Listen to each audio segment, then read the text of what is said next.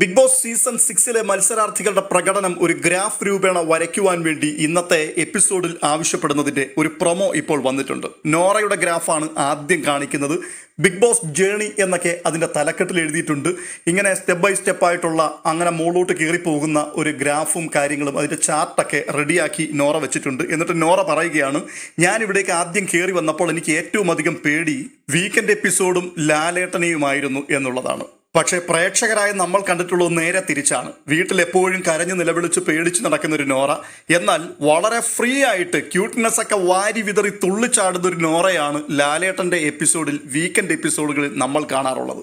ജിൻഡോ പറയുകയാണ്, ഞാൻ 9 പ്രാവശ്യം നോമിനേഷനിലേക്ക് വന്നു. ഇപ്പോൾ എനിക്കൊരു കാര്യം മനസ്സിലായി, അമ്മ പറഞ്ഞതുമായിട്ട് നടന്നു കഴിഞ്ഞാൽ ഇവിടെ കളി നടക്കില്ല എന്ന്.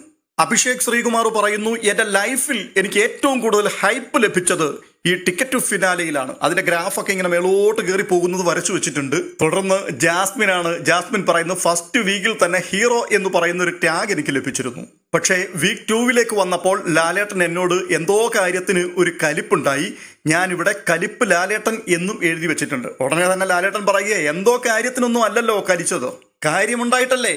കാര്യം എന്താണെന്നുള്ളത് എല്ലാ ആൾക്കാർക്കും അറിയാവുന്നതാണ്. ലാലേട്ടൻ അപ്രതീക്ഷിതമായിട്ട് അങ്ങനെ സംസാരിച്ചപ്പോഴേക്കും ജാസ്മിൻ ശരിക്കും പ്ലിങ്ങി നിൽക്കുന്ന ഒരു നിൽപ്പൊക്കെ, അങ്ങനെയാണ് ആ പ്രമോ അവസാനിപ്പിക്കുന്നത്. എന്തായാലും വൈകിട്ട് നമുക്ക് കൂടുതൽ കാര്യങ്ങൾ കാണാം.